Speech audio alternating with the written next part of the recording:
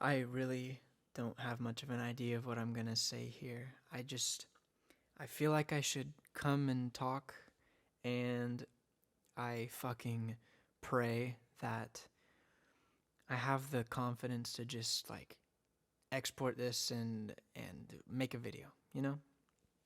I've been trying to make a specific video for a while now, re-recording it over and over again, but it's just like number one, that goes against what the whole original intent behind this was, which was, trust your first draft. And number two, fucking A, man, it's fucking bullshit.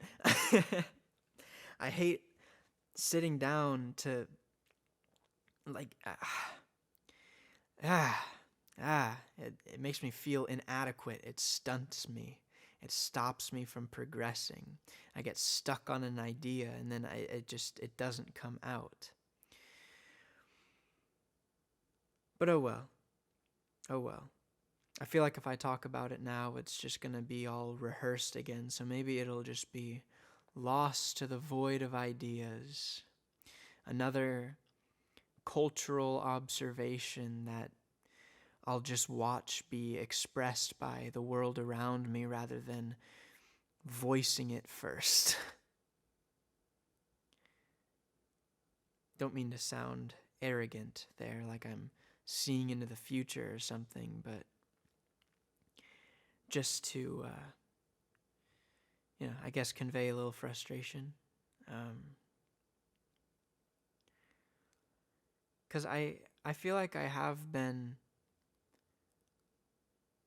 perceptive of systems and cultures and things that are larger than myself, things that are larger than what I can really directly, powerfully, personally influence in a way that, I can see change quickly happen. Happen quickly? An early example of that is school. I remember by the time I was in by the time I was in middle school, I was starting to become quite critical of the school system. Before then I might have had like little gripes with teachers and the fact that I didn't want to do homework and stuff like that, but my attention then quickly shifted to wanting to like reform school. Honestly, there were a couple times when I sat down with a notebook and a pencil and I was like, okay, I'm gonna make my own school system. I'm gonna write out the things that I have problems with, and I'm gonna actually like think through some solutions. And as good as those, whether those solutions were good or not, I can't remember. But, I don't know how many people at that age would take the time to sit down and like actually write about something like that. I wish I did know, because I don't want to feel like some special case, like I don't want to feel like I'm the only person thinking about this kind of shit. And I know I'm not. I know I'm not. It's just that I feel like I am sometimes.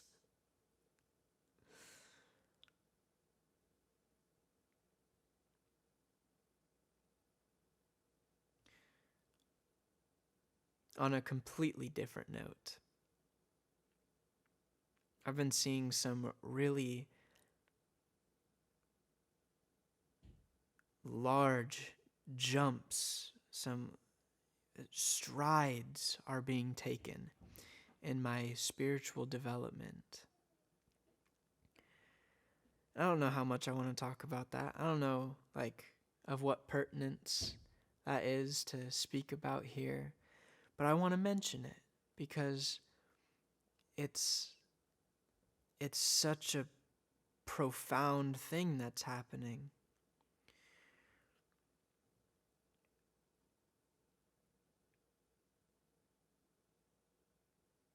To articulate it in the simplest way that I've been able to so far,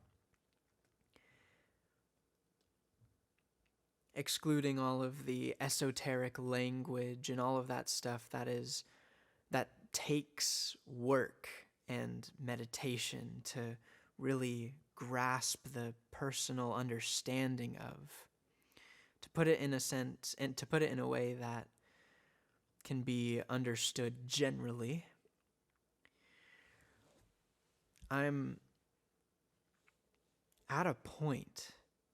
There's a strong integration right now of the realization and practice of this moment being completely in my personal control. And what I mean by that is, like, internally, I have complete control of myself. I have complete control of my... control isn't the right word. Because it's not about control, it's about observing. Let me use an example to kind of try and get at what I'm getting at here. I have a tendency to have conversations with people in my head.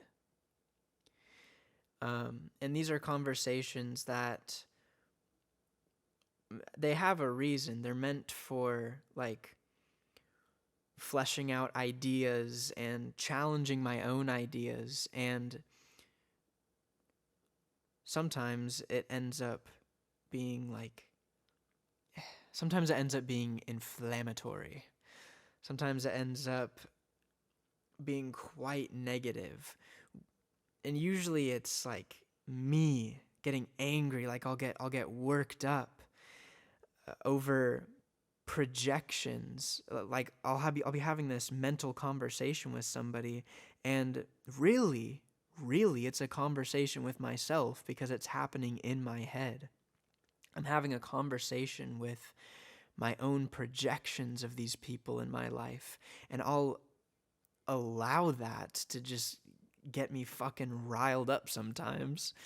And then like a fucking monkey, like a dumb monkey, then I take those projections and I think that I've had some awesome realization, like, I know how to respond to this person now. But really I'm just responding to a projection.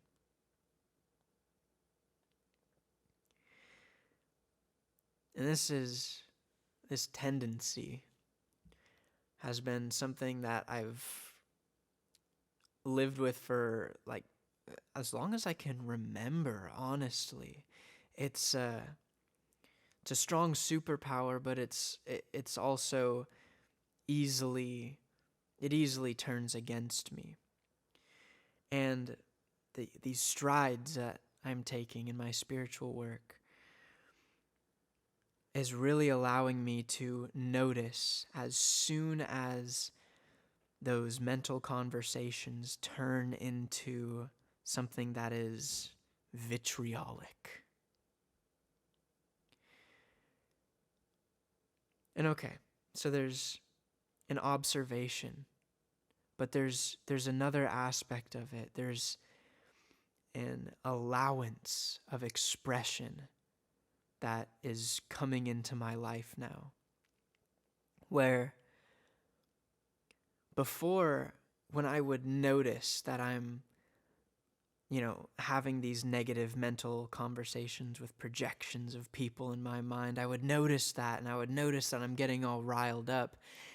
But then I would just get, like, pissed off with myself, or disappointed with myself, or frustrated with myself that I'm even allowing that to happen in the first place. And then it's just continuing the cycle because now I'm feeling this frustration. And that cycle of beating myself up for not being perfect, that is what is being reconciled right now. And holy fuck, it's so strong to notice, oh shit, I'm doing that thing again. I'm doing that thing that's making me feel bad again. And to not beat myself up about it, but to say, okay, that's a part of me. That's a part of my expression right now. I don't want it. No, I don't want to express this way. But it happened. There it is. I can't deny it. And just that pause of not beating myself up and just recognizing exactly what happened and looking at it from the observer perspective. It allows me then to move from that observer perspective. Rather than beating myself up more and just digging a hole deeper, it's like, stop digging. Okay. Is this the hole that we want to go down right now? No? Okay. And what that perspective of observation allows me to do is put down the shovel and pull myself up out of that hole before it gets deeper and deeper and deeper and deeper.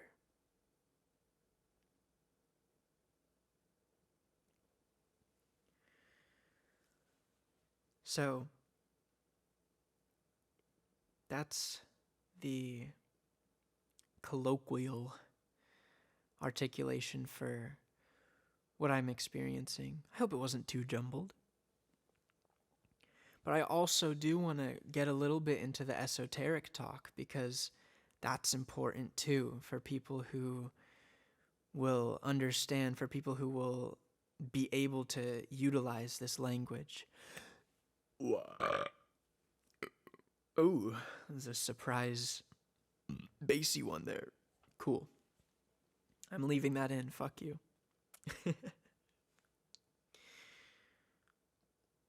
These strides in my spiritual work are coming off of a continuous work with the element of water. And I just want to talk about really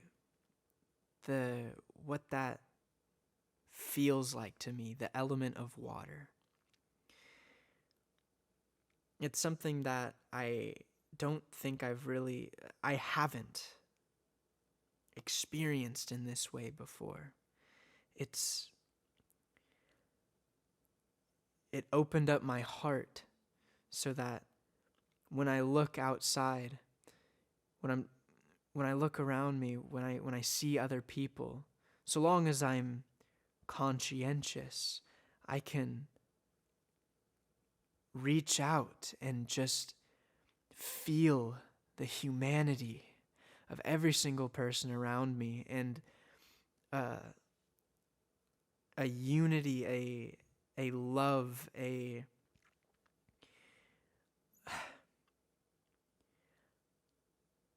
connectivity. It's something where specifically I'm thinking of when I was driving last night and I just saw the back of somebody. I saw their pants, right? I saw them walking away from me. And my awareness, my consciousness was on my heart. And as I looked out and I looked at this person, and my heart just reached out and it felt their humanity. You know, I didn't know how they were feeling at the time. I didn't feel any of their emotions or what I could interpret as their emotions or anything like that. It was just like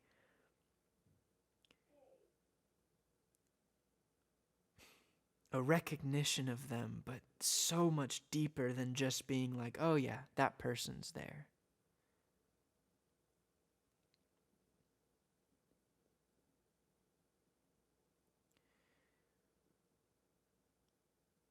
The heart. Water has really opened up my heart, opened me up to my own heart, and therefore will allow for my heart to be opened up to many more.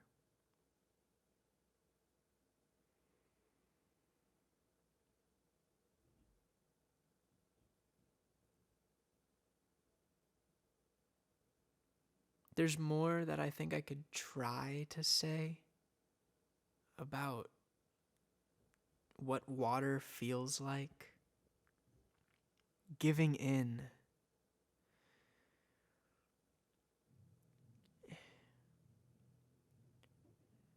Feeling the flowing shifts of your feelings, your moods. It's not even like emotions. Because, I mean, I can identify emotions. I can put a name to emotions. But when I'm just feeling myself, when I say feeling, I mean like with my mind. I'm taking my focus and I'm putting it's like in my stomach. Generally, that's where it kind of lives. Well, that's kind of where fire lives too. See, I'm still exploring things. I'm still learning a lot. And this may be getting into ramble territory, which is okay. I need to allow that. I need to let that be okay.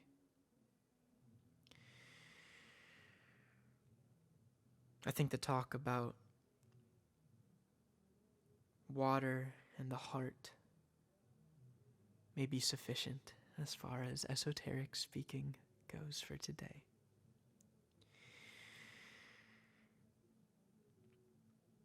Thank you if you made it all the way to the end here, for sharing this moment with me, because this is just one continuous moment. I'm not going to edit this. I'm not going to do anything. I'm just going to send it out. So thank you for sharing this humanity with me.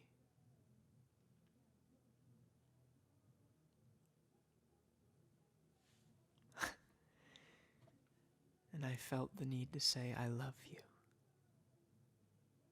I love you.